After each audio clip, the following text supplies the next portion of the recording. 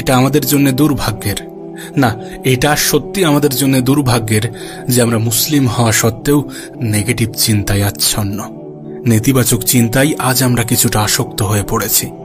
আপনি দেখুন, যদি কোনো ব্যক্তি, যদি কোনো মানুষ মুসলিম উম্মার জন্য কিছু করতে চাই, আমরা নিজেরাই বলি কি লাভ এটা করে কোনো লাভ হবে না, কোনো পরিবর্তন আসবে না। যেখানে আমাদের পজিটিভ জিনিসটাকে খোঁজা উচিত, যেখানে আমাদের পজিটিভ জিনিসটাকে গুরুত্ব দেওয়া উচিত, যেখানে আমাদের পজিটিভ ভাবা উচিত, সেখানে আমরা বলি যে এটা করে কোনো লাভ হবে না, অমুক অমুক সমস্যাগুলোর তো কোনো সমাধান হয়নি, ফিরে আসো নেতিবাচক চিন্তার দিকে, নেগেটিভিটির দিকে ফিরে আসো, তুমি এত পজিটিভ কেন ভাবো।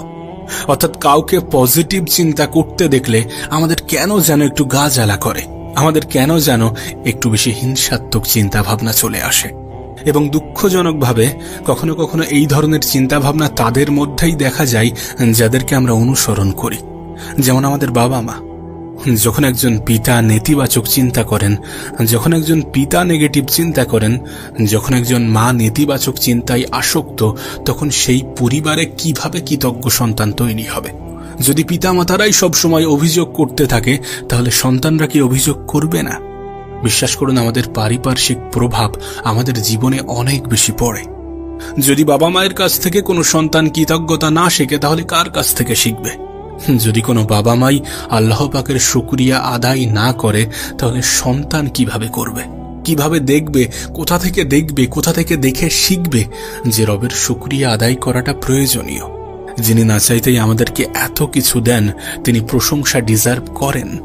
আচ্ছা, আমরা নিজেরাই যদি নিজেদেরকে প্রশ্ন করি যে সৃষ্টিকর্তা কি প্রশংসা পাওয়ার যোগ্য নয়, উত্তর কি আসবে? আপনার কি মনে হয়? আপনি জানলে অবাক হবেন এই সমস্ত জিনিসগুলো সমাজে কতটা প্রভাব ফেলে।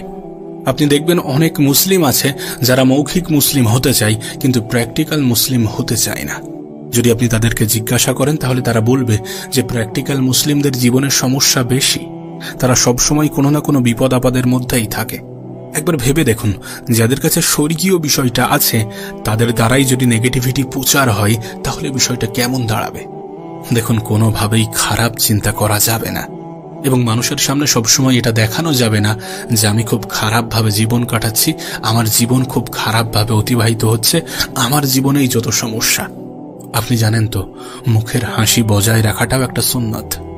যখন আপনি আল্লাহকে ভালোবাসেন এবং নিঃসন্দেহে আল্লাহ আপনাকে ভালোবাসে, তখন কেন আপনাকে এত বেশি দুশ্চিন্তাগ্রস্ত দেখাবে? যখন আপনি আল্লাহর উপরে বিশ্বাস রাখেন, তাহলে কেন আপনার দ্বারা সমাজে নেগেটিভ বার্তা পৌঁছাবে? আপনি যত বেশি ইসলামকে ডিটেলসে জানবেন, যত বেশি ইসলামকে গভীরভাবে জানবেন, তত বেশি রবের শুকরিয়া আদায় করবেন, তত বেশি পজিটিভ ভাববেন, তত বেশি পজিটিভ বার্তা মানুষের কাছে পৌঁছে দেবেন। ইসলাম একটা শান্তির ধর্ম, নিঃসন্দেহে একটা শান্তির ধর্ম। এই বার্তাটা মানুষের কাছে পৌঁছে দেওয়াটা আমাদের কর্তব্য, আমাদের দায়িত্ব। আপনার কি মুসা আলাইহিস সালামের সেই ঘটনা মনে পড়ে না? তিনি যখন নীল নদ পার করে অপর প্রান্তে চলে গেলেন, তার সাথে বনি ইসরায়েলের হাজার হাজার মানুষ, যারা তাদের ঘর বাড়ি হারিয়েছেন। একবার ভাবুন, আমাদের এই সাইডে যে পরিমাণ গরম পড়ে, তার থেকে অনেক বেশি গরম মরুভূমিতে। সেখানে একদল মানুষ ঘর বাড়িহীন, নিঃস্ব হয়ে মরুভূমির তিক্ত গরমে দাঁড়িয়ে আছেন হতাশাগ্রস্ত ভাবে। তাদের উদ্দেশ্যে মুসা আলাইহিস সালাম বক্তব্য দিতে যাচ্ছেন। আপনার কি মনে হয় সেই পরিস্থিতিতে মুসা আলাইহিস সালামের বক্তব্য কেমন হওয়া উচিত? অবশ্যই বলা উচিত যে আপনারা ধৈর্য ধরুন, কিন্তু না, তিনি সেখানে তেমনটা বলেননি। তিনি বললেন আল্লাহর কৃতজ্ঞতা আদায় করার জন্য। কতটা অবাক করা বিষয় না? তিনি ধৈর্য নিয়ে খুতবা দেওয়ার পরিবর্তে কৃতজ্ঞতা নিয়ে খুতবা দিলেন। কেউ তো বলতেই পারে যে আমি কি নিয়ে কৃতজ্ঞ হব? বাড়ি ঘর দর ছেড়ে, পরিবেশের এই অবস্থা, এই আবহাওয়ায় আমি কি নিয়ে কৃতজ্ঞ হব? আমাদের সন্তানদের দিকে দেখো, তাদেরকে দেখে মনে হয় আমাদের কৃতজ্ঞতা আদায় করা উচিত। পেটে খাবার নেই, আমরা ক্ষুধাই কাতর, গায়ে একটা জামা ছাড়া আর কিচ্ছু নেই। এই পরিস্থিতিতে কৃতজ্ঞতা? কিসের কৃতজ্ঞতা? কিসের জন্য কৃতজ্ঞ হব? কিন্তু আপনি যদি একটু ভিন্নভাবে ভাবেন, আমরা যদি একটু ভিন্নভাবে ভাবি, একটু ভিন্নভাবে দেখি, তাহলে দেখা যাবে এই জন্য কৃতজ্ঞ হওয়া উচিত, কারণ তারা কিন্তু নীল নদে ডুবে যায়নি, তারা কিন্তু ফেরাউনের বাহিনীর হাতে মারা যায়নি, তারা কিন্তু মিশরীয়দের অত্যাচার থেকে বেঁচে গেছে, তারা কিন্তু এখন আর কৃতদাস নয়, তাদেরকে জবাই করা হচ্ছে না, তাদের মহিলাদের উপর অত্যাচার করা হচ্ছে না, চোখের সামনে মহিলাদের নির্যাতন হওয়ার দৃশ্য পুরুষদেরকে দেখতে হচ্ছে না। এই সব কিছুর জন্য কি কৃতজ্ঞ হওয়া উচিত নয়? কিসের এত অভিযোগ করার আছে? এই ঘটনা আমাদেরকে শেখায়, এই ঘটনা আমাদেরকে বোঝায়, আমাদেরকে অনুভব করায় যে কৃতজ্ঞ হওয়ার জন্য আমরা সবসময় কিছু না কিছু খুঁজে পাব। যখন পয়সার এক সাইডে কোনো পজিটিভ কিছু পাবো না, তখন অপর সাইডে দেখলে অবশ্যই কিছু না কিছু পজিটিভ জিনিস থাকবে।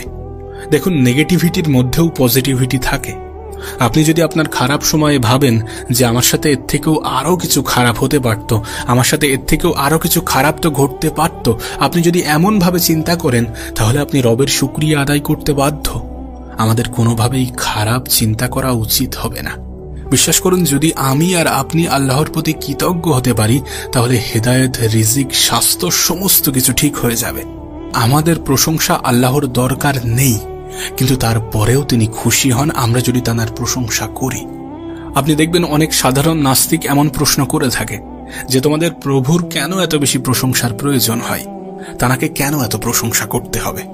কিন্তু বাস্তবে তারা জানে না যে আল্লাহর কোনো প্রশংসার প্রয়োজন নেই, আল্লাহর কোনো প্রশংসার দরকার পড়ে না।